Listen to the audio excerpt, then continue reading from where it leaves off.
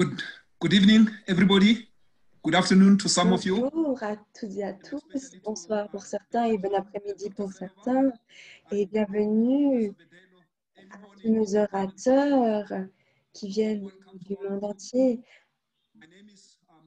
Bienvenue chaleureux à tous, je suis Moruti Levaba de Johannesburg et c'est le 8e session et la 38e session pour l'Association internationale des universitaires pour la paix,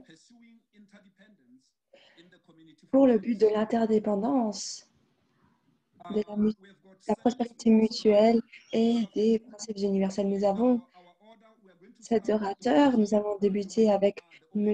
Jean qui va débuter. Mais dû au manque de temps, nous n'allons pas lire toutes les biographies, mais ils seront mis dans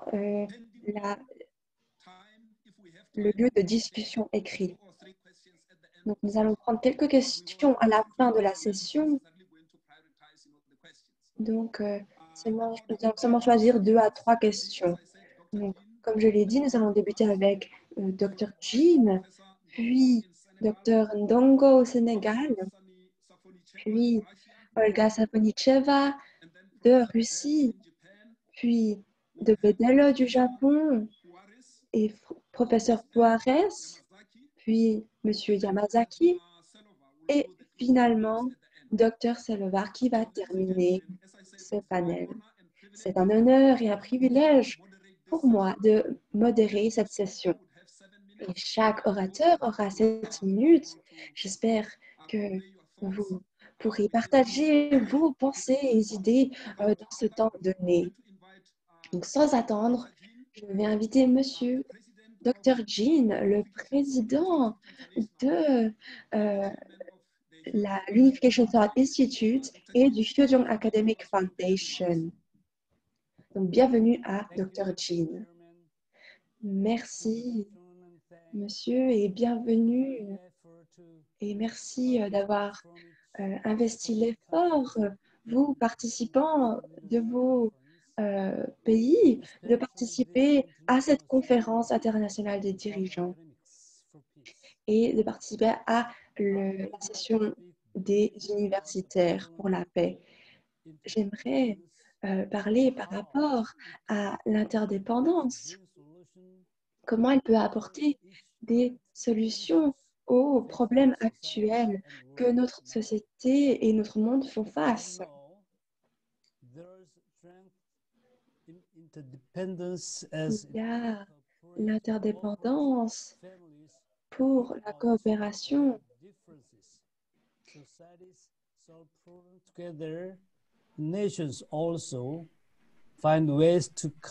les nations trouvent des moyens de communiquer et mener à un monde de paix.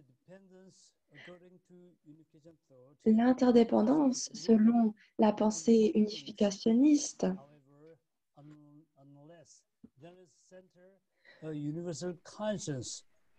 à travers une conscience universelle. Aujourd'hui, j'aimerais mettre en avant qu'il faut centraliser, mettre Dieu au centre dans notre travail à travers l'interdépendance à tout niveau. La théorie de l'interdépendance peut résoudre des problèmes à travers laquelle les problèmes dans la société capitaliste font face. En voyant Dieu comme apparent, nous pouvons résoudre le problème de l'individualisme et qui a mené à différentes révolutions très sanglantes. Et les personnes de conscience qui ne peuvent pas continuer à suivre leur propre intérêt. C'est pour cela, comme nous l'avons vu dans la lutte contre le communisme, nous avons vu la chute de l'individualisme où Dieu est justement exclu.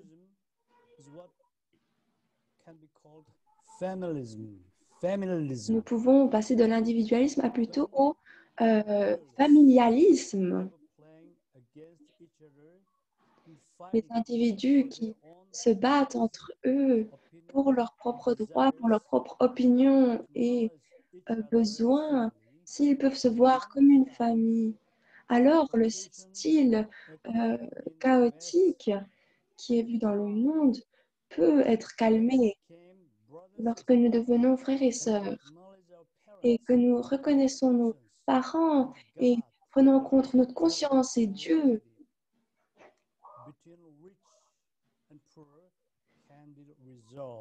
Eh bien, nous pouvons résoudre des problèmes.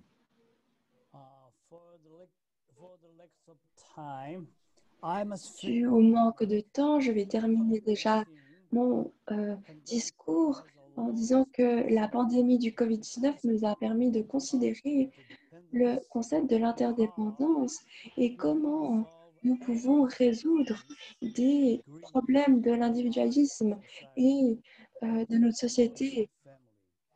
En se basant justement sur la famille, nous pouvons résoudre des problèmes. En étant confinés à la maison, nous avons commencé à penser par rapport aux graines que nous faisons pousser dans nos familles. Il faut considérer notre Dieu et notre conscience et que nous puissions, à travers la famille, créer une nouvelle culture basée sur l'interdépendance. Merci beaucoup à vous tous. Merci. Merci, Dr. Jean, et nous sommes vraiment reconnaissants que même dans ce matin très tôt de la Corée du Sud, vous avez pu participer. Merci beaucoup, Dr. Jean. Nous allons maintenant continuer avec une présentation par professeur Omar Kombo Ndongo du Sénégal. Vous êtes le bienvenu.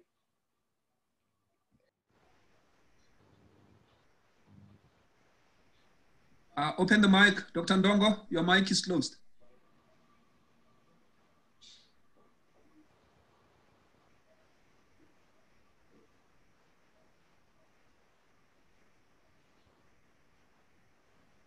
Our true mother, your excellencies, Mesdames et messieurs, invités distingués, le monde traverse une crise sanitaire sans précédent qui a surpris même les pays les plus puissants du monde, avec des conséquences qui n'ont pas encore été élucidées. En réalité, la pandémie du COVID-19 a généré de nouvelles discussions sur la santé et la sécurité et a aussi brouillé les plans d'urgence les plus sophistiqués.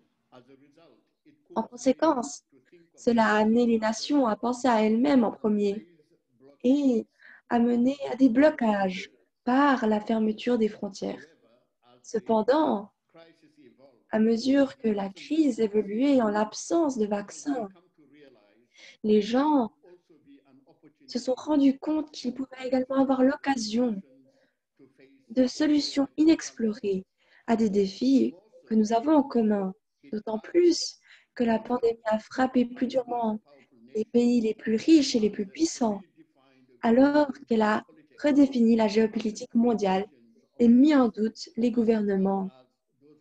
Par rapport, les gouvernements du Sud et du Nord et de l'Est et de l'Ouest, par rapport à leur capacité à faire face de manière adéquate aux impacts humains, sociaux, politiques, économiques de la crise du coronavirus.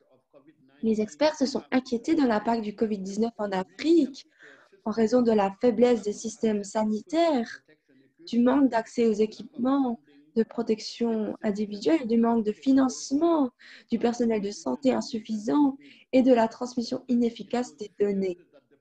On craignait que la pandémie ne soit difficile à maîtriser sur le continent et qu'elle ne cause d'énormes problèmes économiques si elle se propage largement. À ce titre, de nombreuses mesures préventives ont été mises en œuvre dans différents pays d'Afrique, notamment des restrictions de voyage, des annulations de vols, des annulations d'événements et des fermetures d'écoles et de frontières. Il est cependant pertinent de noter qu'en raison de facteurs démographiques, d'une population jeune notamment, et d'autres facteurs environnementaux, l'impact sur la santé du COVID-19 apparaît beaucoup moins grave en Afrique qu'aux États-Unis, en Chine ou dans les pays européens. Pour étayer cet argument, un article récent du journal USA Today qui classe parmi 36 pays touchés par la pandémie, le Sénégal a été classé comme deuxième. Et considérant cela, la performance du Sénégal est basée sur les facteurs suivants, notamment la disponibilité des résultats de tests en 24 heures, le contrôle de température dans les lieux publics, la disponibilité des masques et la communication transparente. Malgré la fragilité de son système de santé, le Sénégal vient après la Nouvelle-Zélande, mais avant les États-Unis, l'Allemagne et le Canada. Et dans ce contexte du COVID-19, l'Afrique est de plus en plus connectée au monde global, bien qu'il y ait, avec la communication virtuelle. Et donc, le continent africain attire de plus en plus de puissances mondiales pour coopérer sur les biens et les services essentiels au développement d'un marché mondial interconnecté qui ouvre un espace pour que l'Afrique, l'Europe et l'Asie interagissent. Et a permis aussi à la croissance de services bancaires mondiaux. Mais avec cette ère du COVID-19, avec ces résiliences spirituelles en Afrique, notamment dans l'éducation, au nom des experts médicaux, les locaux de nos universités, notamment au Sénégal, le professeur Moussa Saïdi et son équipe et d'anthropologistes de l'université ont apporté de l'espoir à des milliers de personnes à travers leur investissement et leur expertise. Le département des sciences et des étudiants ont apporté des soins et de l'équipement à utiliser pour traiter justement le COVID. Et des étudiants de différentes universités ont utilisé la chance du temps après le confinement pour faire des campagnes dans différentes régions du pays pour montrer comment utiliser les mesures sanitaires. Et à travers différentes chaînes,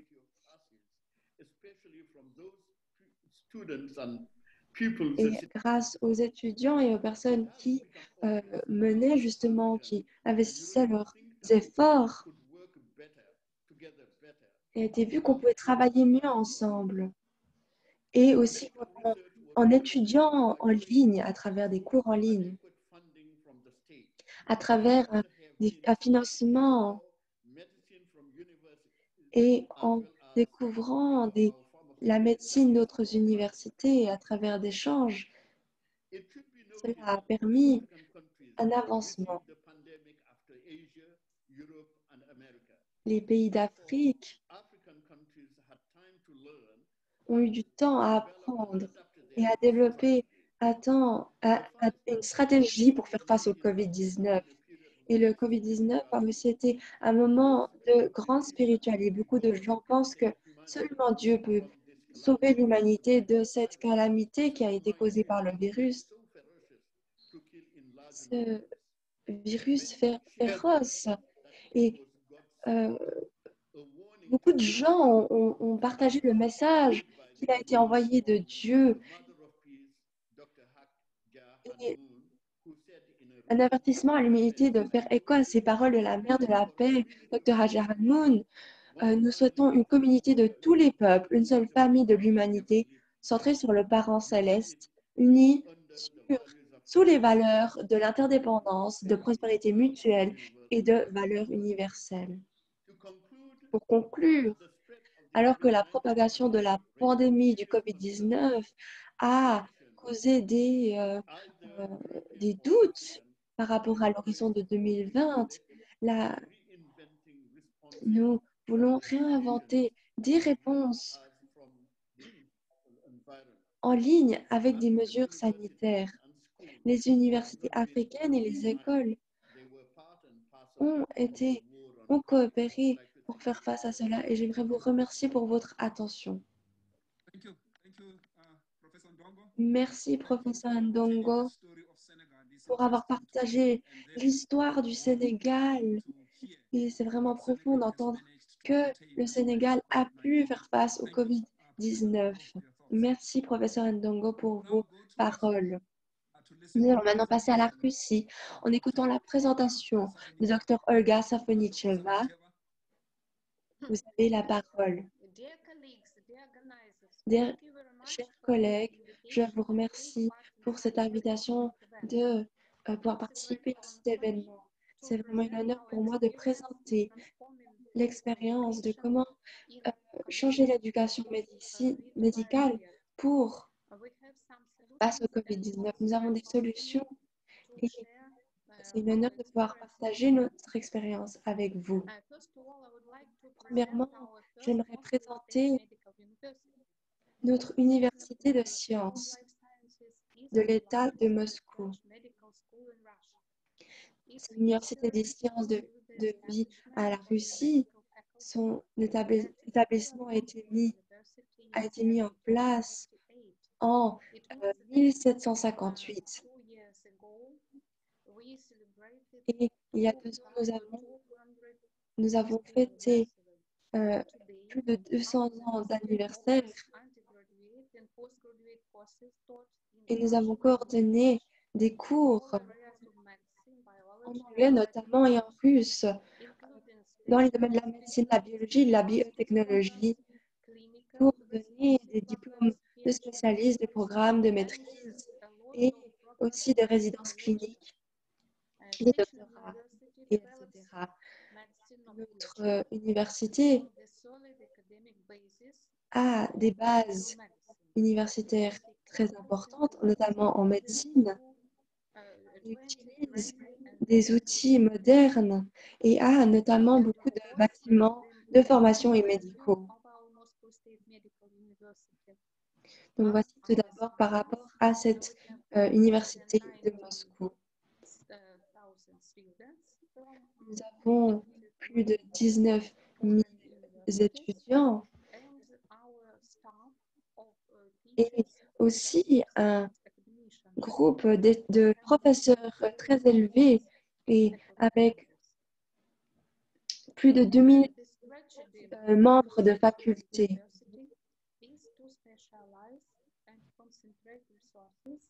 On the model research in personalized health management for increasing the quality of life and longevity.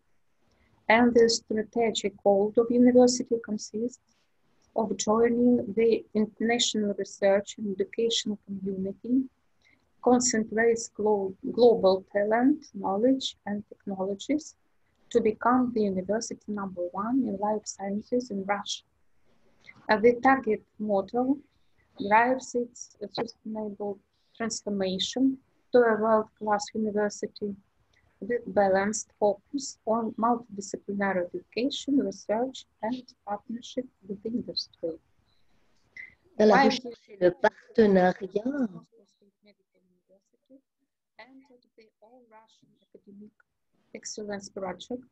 et il y a des projets académiques excellents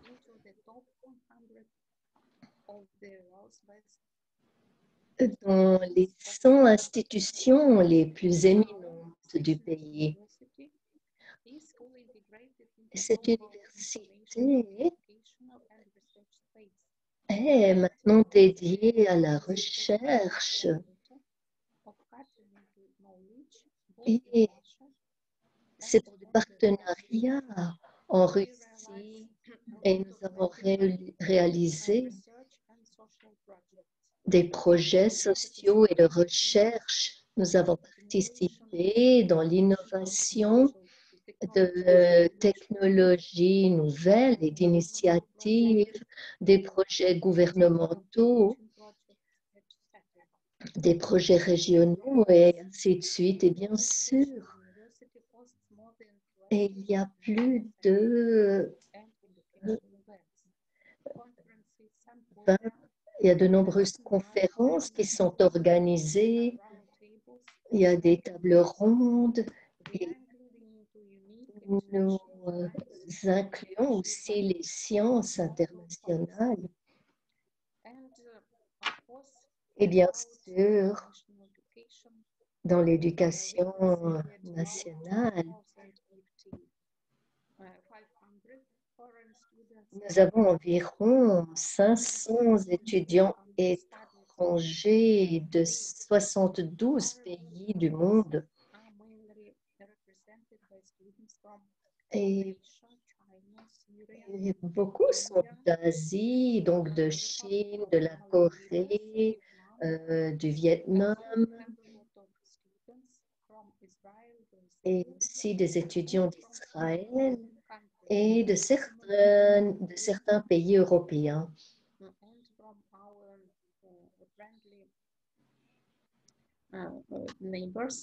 Et de nos amis de l'Ukraine. Et bien sûr, tout a changé en relation avec la pandémie. Nous pouvons dire qu'il y a 5 ou 10 ans,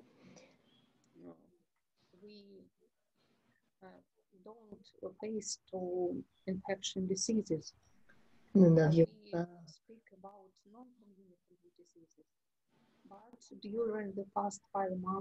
pendant les 5 derniers mois, cette université a été à l'avant de la lutte contre cette pandémie.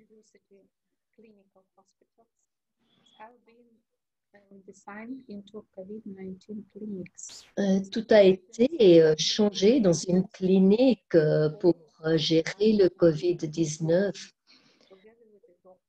avec les docteurs, le centre clinique et les scientifiques. Tous y sont mis. Là, vous pouvez voir que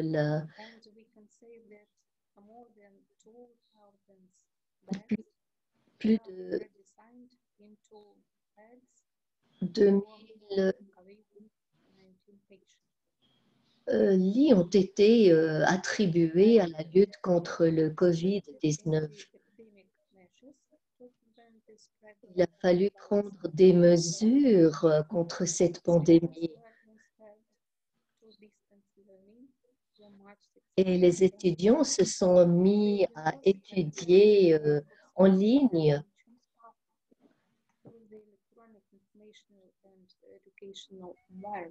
Et donc, ça s'est fait à travers les moyens techniques et virtuels et de nouvelles plateformes qui ont été établies, interdisciplinaires, qui sont intégrées à l'université de Sechenov, une infosphère pour la discussion des questions interdisciplinaires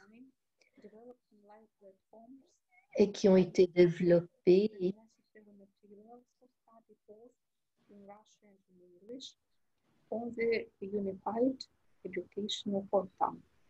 pour permettre à toutes ces personnes de continuer d'être éduquées.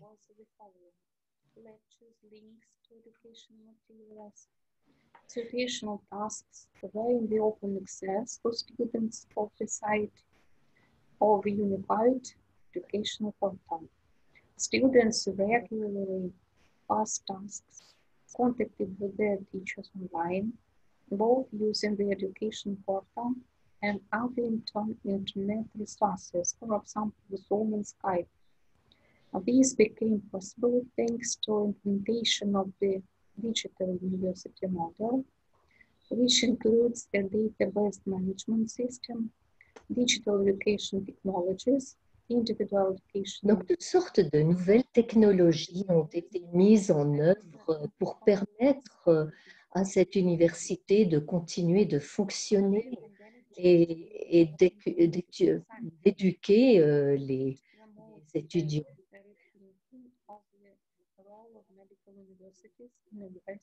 Le rôle de cette université médicale est tellement essentiel et que malgré cette pandémie, qu'elle puisse remplir son rôle et avec toutes les institutions académiques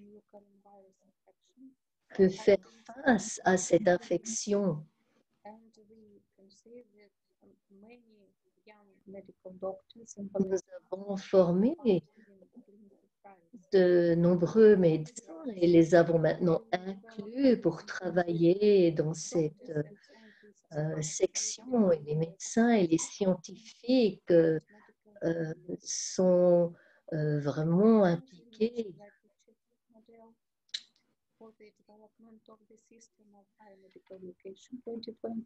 pour développer aussi cette...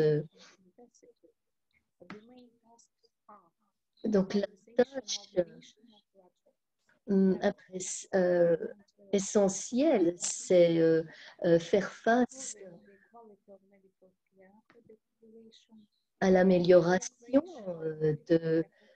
de la technologie biomédicale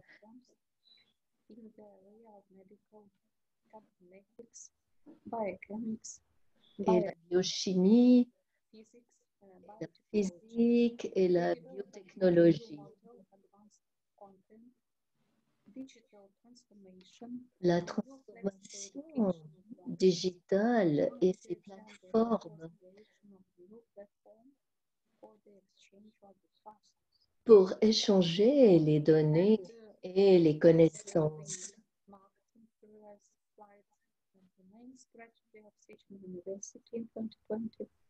Is to increase the number of Russian and foreign students. We can say that participating projects related to preventing the spread of pandemic, promoting common human values, and has increased the attractiveness of medical education. Now we have a lot of master's programs. Maintenant, nous avons de nombreux programmes de master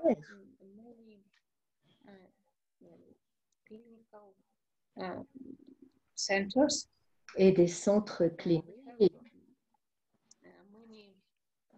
Training centers for students, and we understand that before Et nous students go comprenons qu'avant que les étudiants ne traitent des patients, ils doivent recevoir toute l'information par distance et que c'est possible de recevoir et de s'occuper des patients de manière efficace.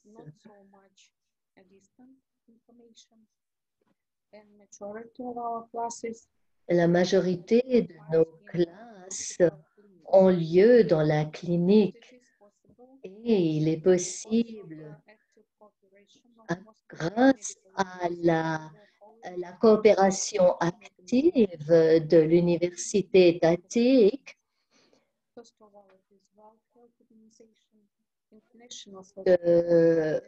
d'avancer. Grâce à aussi l'université eurasienne et d'autres universités. Bien sûr, nous avons une connexion proche avec les patients.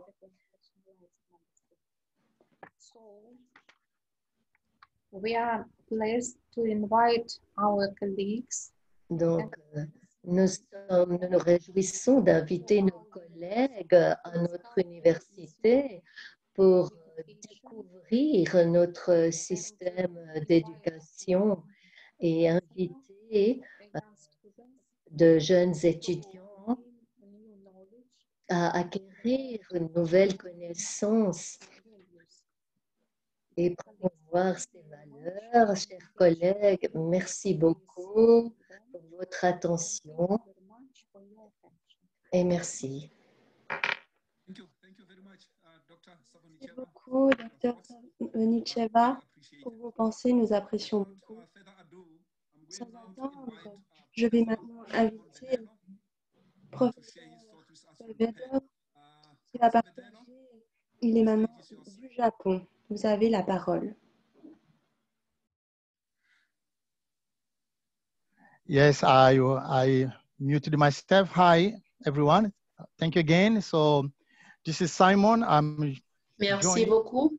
Je m'appelle Monsieur Siméon et il est à peu près 13h, 1h plutôt du matin ici. Je suis ravie de faire partie de ce panel. Avant de commencer, permettez-moi de partager mon écran puisque j'ai des diapositives que j'aimerais partager. Donnez-moi une seconde.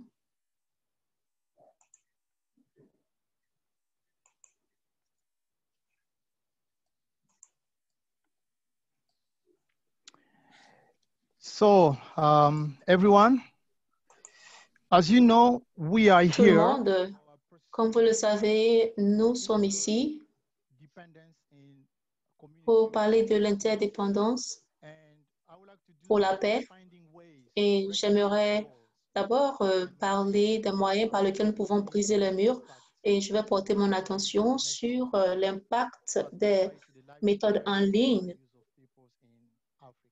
en termes des valeurs et des modes de vie des personnes en Afrique. J'ai divisé ma présentation en 3 parties. D'abord, j'aimerais parler des impacts positifs des méthodes numériques sur la jeunesse africaine et après, je vais parler des impacts négatifs des méthodes numériques sur les valeurs africaines et après cela, je vais parler des méthodes pour aller de l'avant. Avant cela, j'aimerais parler de certaines des choses que les orateurs précédents ont dit.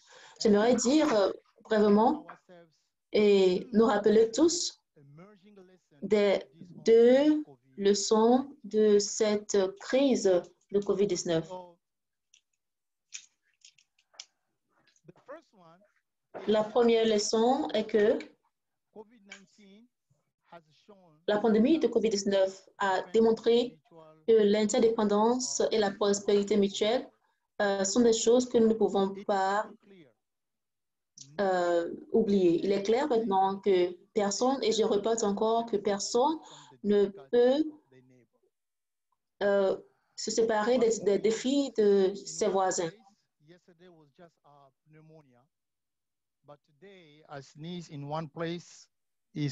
Aujourd'hui, si j'éternue dans un endroit, ça pourrait causer des dégâts dans un autre endroit. Deuxièmement, les méthodes numériques sont essentielles pour la survie des êtres humains. Et nous qui sommes ici, qui sommes en train d'échanger, avons des horaires différents et nous sommes là un exemple parfait de la puissance des méthodes numériques. J'aimerais à présent porter mon attention sur les impacts positifs des méthodes numériques sur la jeunesse africaine. Le professeur Ndongo avait déjà parlé de cela.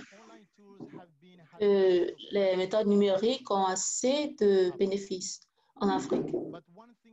Cependant, nous devons être conscients du fait que, en dépit du fait que l'Afrique est le berceau de l'humanité, ce continent a le plus grand nombre de jeunes ou de personnes. Près de 60% de personnes en Afrique sont âgées de moins de 25 ans. Ce fait est très significatif puisque la plupart des utilisateurs utilisateurs de ces outils sont les jeunes.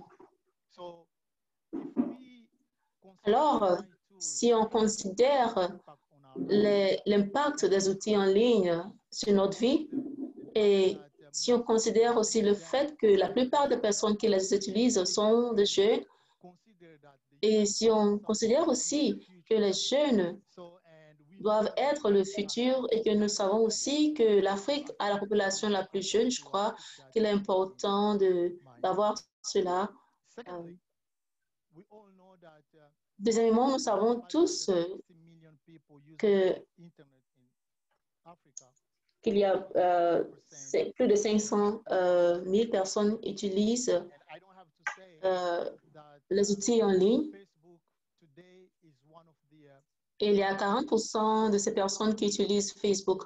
Et je devais dire que cette plateforme Facebook est une plateforme qui permet de partager les informations et les connaissances. Et voici qu'il y a 40% des Africains qui utilisent l'Internet et 40% de ces personnes, oui, qui sont aussi sur Facebook. Il y a cela 10 ans, il y a eu le printemps arabe qui a balayé l'Afrique du Nord. Et nous savons que si le printemps arabe a été aussi grand et aussi très large, ça a été aussi en raison de l'utilisation des réseaux sociaux. Enfin, je dois dire que la jeunesse africaine utilise aussi l'Internet afin de promouvoir la culture. On peut constater aujourd'hui qu'il y a plusieurs chaînes YouTube où les jeunes Africains démontrent leurs compétences, la musique, les arts et autres. J'aimerais maintenant porter mon attention sur les impacts négatifs des méthodes en ligne sur les valeurs et sur la vie de l'Afrique.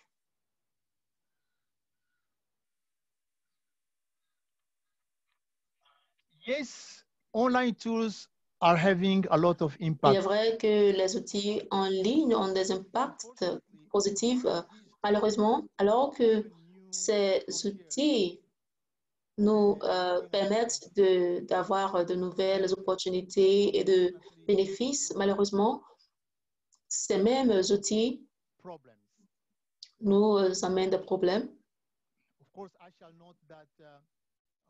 Je dois aussi noter que les défis que ces outils en ligne nous apportent ne sont pas seulement limités à notre continent d'Afrique. On constate aussi que même les nations qui ont des démocraties très établies ont du mal à réguler les informations en ligne, tout en protégeant le droit à l'expression. Mais quand on regarde l'Afrique, on constate qu'il y a une prolifération des actes immoraux. L'Internet a fait en sorte que c'est maintenant facile de s'aimer des graines d'immoralité et maintenant c'est facile de faire du fraude. Et certains d'entre nous ont reçu ces emails qui viennent peut-être de la femme de l'ancien président dans un pays, peut-être qui a peut-être 25 millions de dollars et qui veut vous donner cette somme. Malheureusement, plusieurs de ces emails viennent de notre continent d'Afrique. Il y a aussi cet aspect de cyber-intimidation. Un enfant sur trois en Afrique subsaharienne souffre de ce problème de cyber-intimidation, en particulier quand on parle aussi de la violence sur les femmes. 13% des étudiantes universitaires du Kenya ont été victimes de cyberharcèlement.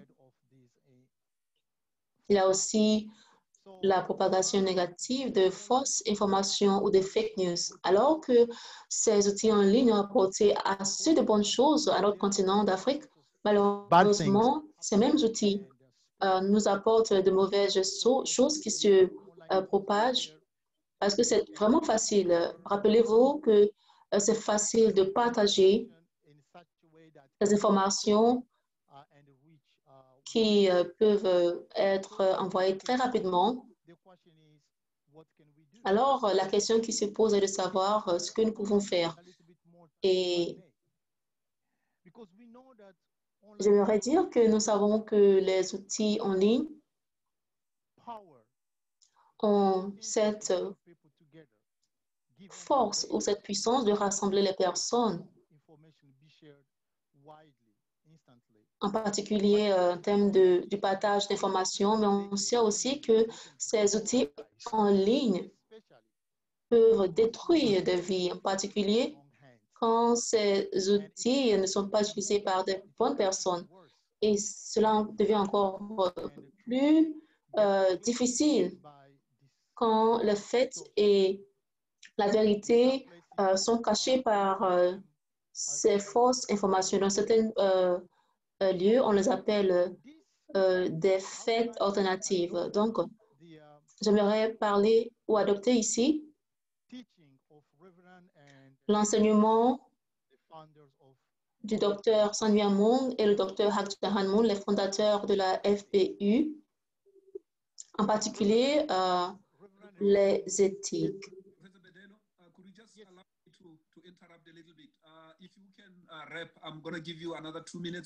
Est-ce que vous pouvez finir votre présentation rapidement, s'il vous plaît?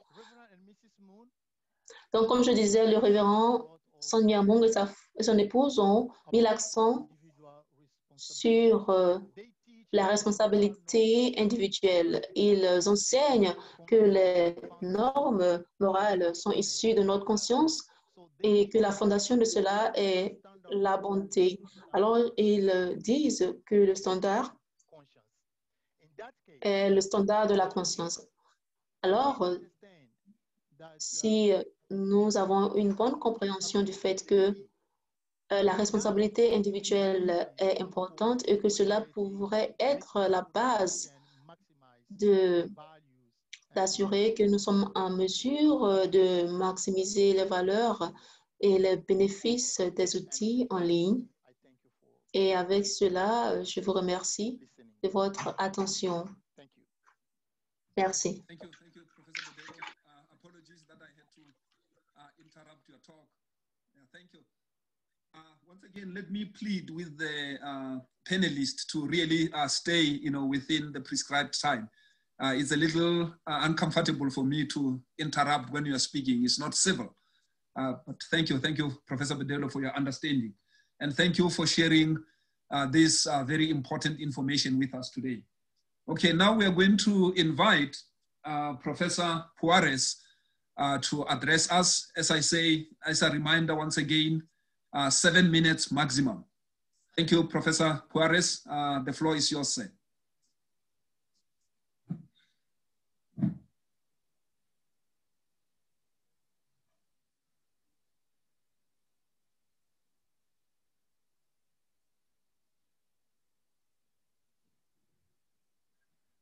Prof, if you can open the mic. Caros amigos e organizadores deste painel, agradeço o convite que aceitei com muito gosto para participar neste painel. Há um motivo suplementar para que tenha aderido a esta convocação uma vez mais. Falar de paz e falar de educação.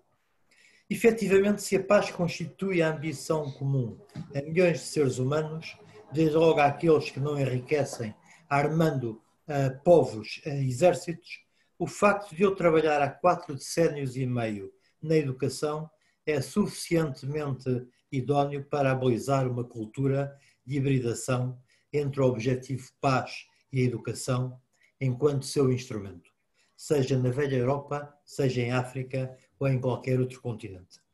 A paz não é algo que se alcance por palavras mágicas, num passo de inspiração ou fruto de qualquer sujeito iluminado. A paz não se alcança, terrestre. Conquista-se e pressupõe a existência de condições subjetivas que a tornem possível. Existence of subjective conditions that make it possible. As history demonstrates, we can't. Não se pode querer a paz numa situação em que a fome, a miséria e a exclusão social, na opacidade que a envolve, como referiu Chiberras, medram em tantas coordenadas políticas. Não se pode ambicionar viver em paz quando o mundo é tocado, convocado e provocado para enfrentar a crise dos refugiados que cotidianamente batem à porta da Europa, portas essas que muitos bem instalados na política e no poder teimam em deixar encerrados. Não se pode desejar a paz e viver com a xenofobia, como temos tido exemplos por esse mundo fora. Não se pode desejar a paz e deixar envoltos na insalubridade e na doença, sem cuidados oferecidos pelos Estados, as franjas vulneráveis das populações. Sempre os mais fragilizados, os mais pobres, os segmentos sem utilidade social, neste mundo utilitarista e hedónico que permeia os que mais possuem e parecem querer castigar aquele que menos têm, justamente porque o estilo político e o modo de produção mais os expropriam e excluem. Não se pode apostar na paz e deixar abandonados idosos e crianças, imigrantes e deficientes, os habitantes das margens e de Nhures. Não se pode fazer de conta que se é a favor da paz e esquecer que a educação é a sua principal alavanca. Estou com a dúvida se estou a ser traduzido. Estão a conseguir traduzir-me?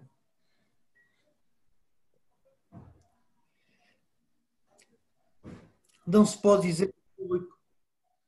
Não se pode dizer em público que se luta pela paz e olvidar a rigorosa observância dos direitos humanos em todas as suas dimensões: política, económica, social, laboral, cultural e ambiental.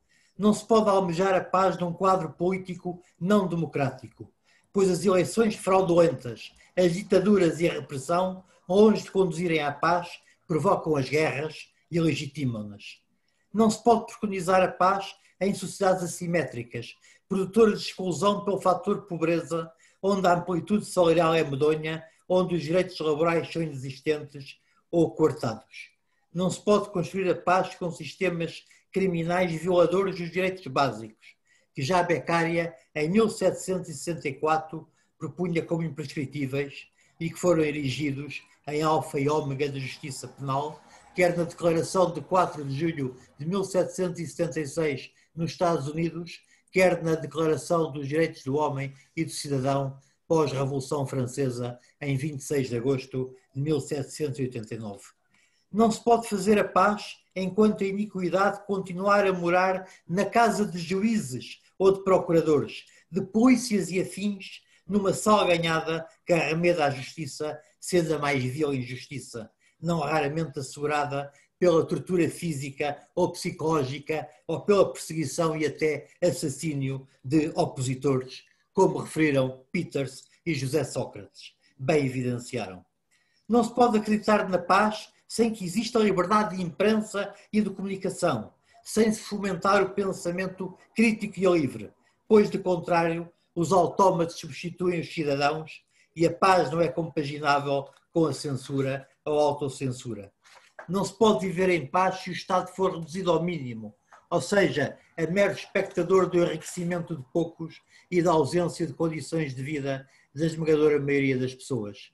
Não se pode levar a sério que se fale de paz quando o Estado Social de Direito Democrático está fora de jogo, limitando-se a subsidiar as empresas e as negociatas privadas, prenhes de ganância nos setores básicos.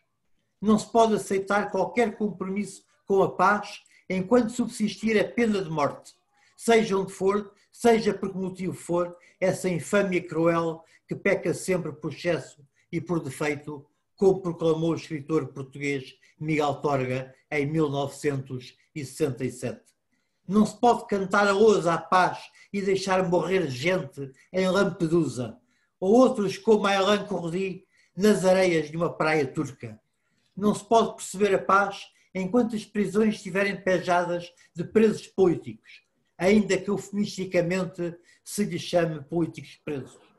Não se pode conceber a paz em cenários de violências étnicas, raciais ou em contextos de xenofobia, racismo, misoginia, traduzidos em toda a gama de abusos, incluindo sexuais, de mutilações e estropiamentos, ou como vítimas prioritárias de desmandos policiais. Não se pode irromper nas alamedas da paz assentando as desigualdades. Sem homeostasia socioeconómica, não se pode ter paz sem emancipação dos povos e das pessoas em todos os seus graus e qualidades. Não se pode inventar a paz sem que existam políticas seguras de educação. Caso contrário, teremos podre paupérrima, criando condições para a sua quebra a qualquer momento. Uma paz não vinculada, uma paz não vinculadora, fora da matriz socioeconómica que a fomenta e promove. Uma paz fantasmagórica. It's a peace that was talked about a game of marionettes.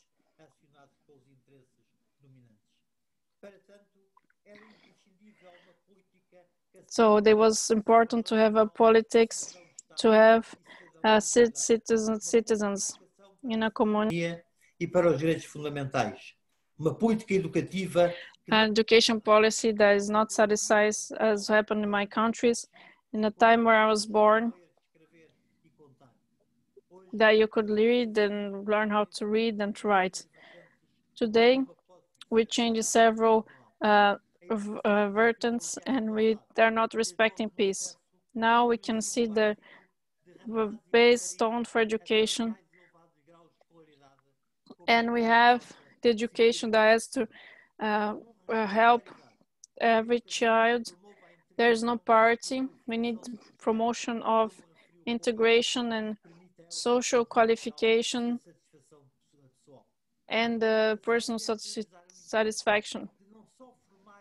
We cannot only informate and educate, but we need to educate for the development, for the citizenship, and for each and every person can be conformed looking for the fundamental rights, someone who's not connected to poverty. From this education, the full subject can be formed, exerting its full citizenship, someone who thinks and argues, someone who works and rests, and who participates in the American communities. Peace will be realized if it is adapted to people and not to enterprises. If it's based on public policies of education and prevention of violence and delinquents. E fomentar a promoção da inclusão. Parafraseando o Presidente Allende. Promotion of inclusion. Let's mention President Allende, who said 47 years ago, I would say as a conclusion, that with education, we'll open pathways where people can pass, free people can pass to build a better society.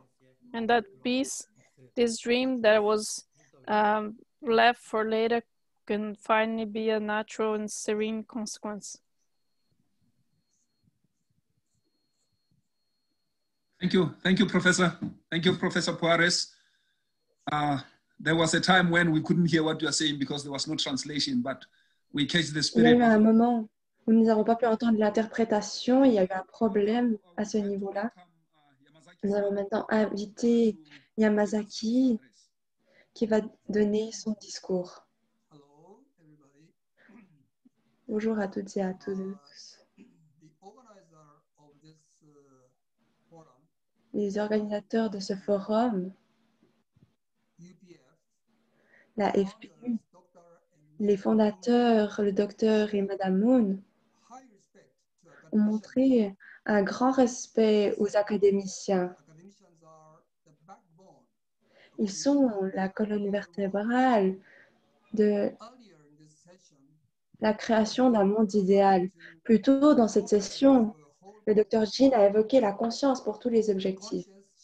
la conscience partagée dans une famille, la société, la nation et le monde sont essentiels pour développer la stabilité, la paix, la coopération entre leurs membres.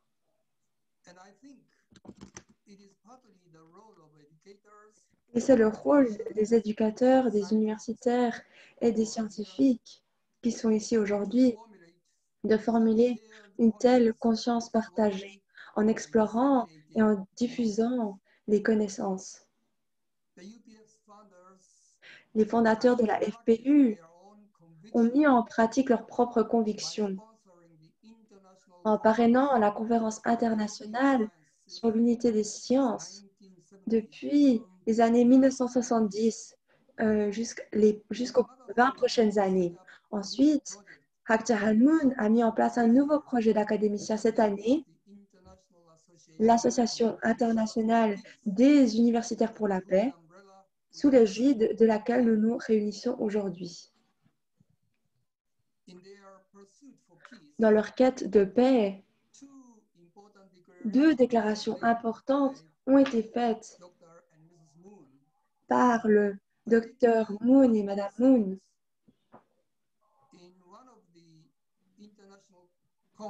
Et lors de la conférence de l'unité des sciences, le Père Moon a proposé avec audace un projet de réseau routier mondial appelé le projet des autoroutes internationaux.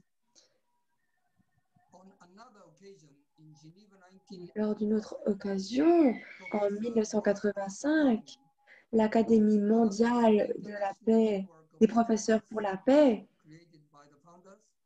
qui a été un réseau universitaire qui a été créé par les fondateurs, a déclaré la fin du communisme avec des universitaires renommés lors d'une conférence de Genève. La prédiction du Dr Moon s'est matérialisée 5 ans plus tard lorsque le mur de Berlin a été démoli, symbolisant une chute du mur idéologique en Europe.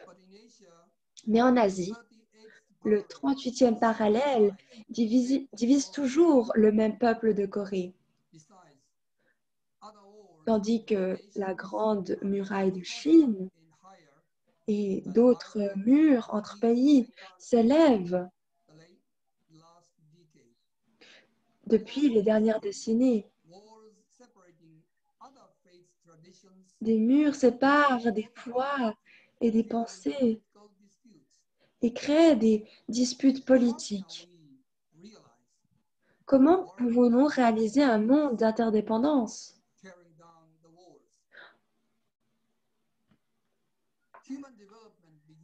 Le développement humain commence par une dépendance totale des parents. Ensuite, la croissance est mesurée par les sens et la capacité d'interdépendance qui se renforcent. Au fur et à mesure, les gens mûrissent dans leur capacité d'aimer et de servir, et ils exercent alors une interdépendance avec d'autres personnes dans la société. À cet égard, l'interdépendance est un témoignage de la maturité humaine et des valeurs humaines dans la société.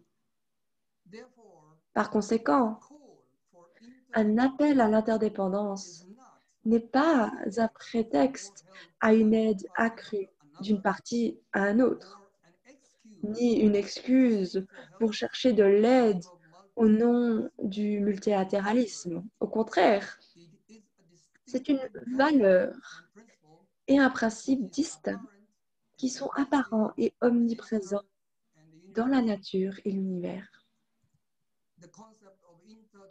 Le concept de l'interdépendance est plus pertinent pour la valeur et la norme élevée de l'altruisme et, comme le nomme Dr Moon, l'amour vrai. Cela peut appartenir à un royaume de la sagesse céleste. C'est pourquoi pratiquer l'interdépendance n'est pas facile pour les gens ordinaires comme moi. Notre nature humaine a tendance à nous mener à penser et à agir en se protégeant nous-mêmes, en se justifiant nous-mêmes et en se centrant sur nous. Comme l'a souligné le docteur Ndongo du Sénégal, face au défi du coronavirus, les pays sont enclins à prendre de telles initiatives nationalistes, même lorsque le virus se propage au-delà des frontières. C'est pourquoi nous devons renforcer notre conviction que nos comportements et nos politiques d'interdépendance sont moralement justes, rationnellement raisonnables et finalement bénéfiques pour toutes les personnes concernées. Ainsi, nous avons besoin d'une base théorique d'interdépendance, comme le Dr Jean a tenté de l'indiquer dans sa remarque. Avec la pensée unificationniste, qui est une référence importante et un argument pour mettre en avant cet effort théorique. Nous avons également besoin de méthodes et de politiques pour appliquer le principe d'interdépendance. Sans méthodologie concrète et systématique, l'idée ne peut être étayée sur le terrain.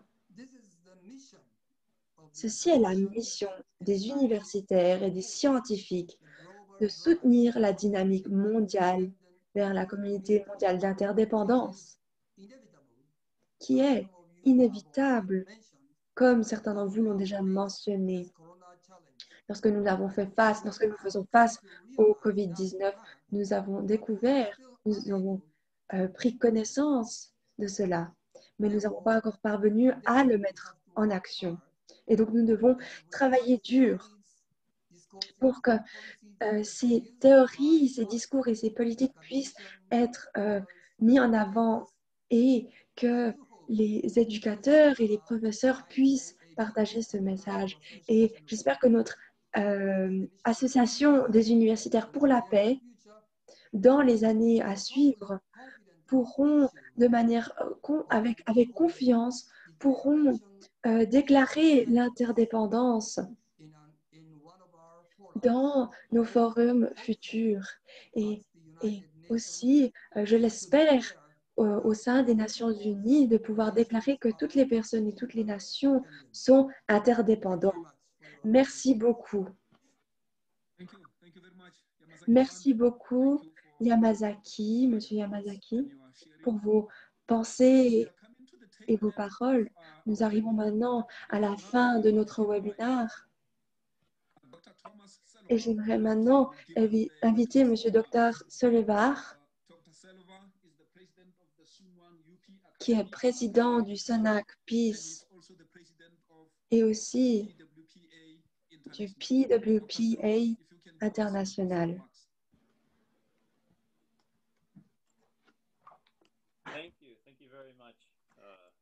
Merci beaucoup. Merci pour cette modération. Mes chers collègues, je peux dire même maintenant amis, c'est un honneur pour moi de pouvoir participer à cet événement avec vous dans cette IAAP Afrique, Europe et Moyen-Orient. J'ai appris beaucoup de choses de ces présentations et j'aimerais pouvoir les lister tous, mais à cause du manque de temps, je peux juste dire merci à chaque orateur. J'aimerais aussi remercier Dr. Hak Ja Han Moon pour ce soutien maternel qui nous a menés ensemble. En addition aux études pacifiques, tous les universitaires peuvent s'engager pour la construction de la paix et en créant une collaboration dans ce domaine académique. Et dans ce domaine, dans chaque vocation, nous pouvons devenir constructeurs de paix et amener l'interdépendance, la prospérité mutuelle et les principes universels. Bien qu'il y ait des barrières entre les gens, entre les nations, entre les groupes, il faut les mener à leurs enclins et les académiciens peuvent aider à casser justement ces murs. Ces murs qui ont justement divisé les études Et il faut mettre fin à ces barrières et travailler ensemble dans l'esprit de l'interdépendance pour une communauté pacifique. Tous les académiciens peuvent être parfois critiques par rapport à l'un des autres, mais si ces critiques est faite pour mener à la vérité et à la recherche d'avancées, alors cela peut être utile et instructif pour la construction de la paix. Le rôle des académiciens et le soutien pour l'interdépendance, la prospérité mutuelle et les principes universels est de continuer à mener la recherche dans tous les domaines de la connaissance humaine et de pouvoir partager cela pour un bien commun que nous tenons tous à cœur. Il y a quelques années, un philosophe canadien, McEwen, a suggéré que le médium est le message. Et nous voyons la vérité de son message aujourd'hui. Nous sommes aujourd'hui des académiciens, des universitaires de différentes nations et différents domaines. Tous ceux qui participent aujourd'hui à ce programme du monde entier, nous interagissons ensemble. Et nous investissons pour la paix mutuellement et nous faisons ça par le médium de cette technologie Internet de webinaire. Nous avons entendu quelques difficultés, dangers par rapport à Internet, mais nous avons quand même utilisé ce médium d'Internet de plus en plus. Et nous avons fait cela aujourd'hui. Et ce que nous essayons de faire, et de plus en plus, bien les circonstances du monde, nous continuons à nous investir pour l'interdépendance, la prospérité mutuelle et les principes universels. Et cette mutualité que nous présentons ici aujourd'hui, la mutualité nous lie, nous, chacun entre nous, et aussi au monde, et au bien-être, et à notre Créateur, notre Parent céleste. Je vois clairement que l'Association internationale des universitaires pour la paix, à travers une coopération, nous pourrons mener un monde de paix. Donc, je vous remercie pour votre participation et merci infiniment pour votre attention. Je vous remercie. Merci beaucoup, Monsieur Salver. Nous pouvons prendre maintenant une question. Nous avons peu de temps, mais je vais toutefois prendre une question. Cette question est pour Monsieur Belvoda. Si vous pouvez répondre en 1 minute. Vous suggérez une nouvelle conscience pour la responsabilité individuelle, mais nous avons vu la prolifération des domaines technologiques et comment ceci peut mener à un nouvel esprit de conscience, une nouvelle... Donc, si vous pouvez répondre à cette question, merci beaucoup pour la question. Je n'ai pas eu beaucoup de temps pour parler de ça, mais j'ai été guidée depuis plusieurs années par Dr. et Madame Moon et j'ai enseigné depuis que j'ai 16 ans, déjà il y a 40 ans, depuis 40 ans. Et j'ai enseigné sur la base de mes connaissances en lisant des paroles de Dr. et Madame Moon. Il n'y a pas encore d'institution telle, mais la FPU a travaillé, s'est investie pour mettre en place cela. Il y a eu des investissements pour débuter cela, mais ce n'est pas encore totalement mis en place, mais ça pourrait l'être pour vraiment développer cela. Donc, je vous remercie. Merci beaucoup. Le défi avec cela est qu'il y a tellement de choses à dire en si peu de temps. Donc, cela nous mène à la fin de cette session webinaire et j'aimerais demander au manager de ce webinaire de présenter le programme pour demain. Donc, Mathéo, s'il vous plaît, si vous pouvez présenter le programme de demain, la dernière session. Comme vous le voyez à l'écran, la prochaine session de demain, ce sera le 3e jour, 13 septembre. Nous aurons donc une perspective par des leaders du monde du business. Et donc, nous aurons à 14h jusqu'à 15h10 GMT et pour l'heure CET de 16h à 17h10. Donc, demain, dimanche, nous aurons cette session. Nous allons terminer cette session et nous sommes vraiment reconnaissants et nous voulons présenter notre gratitude à tous les orateurs et aussi les participants. Je m'excuse d'avoir dû vous dépêcher pour le temps, mais j'espère que nous pourrons participer à d'autres événements et que ces idées puissent être développées plus et que nous pourrons avoir plus de temps pour en discuter. Je vous remercie à toutes et à tous. Au revoir. Merci.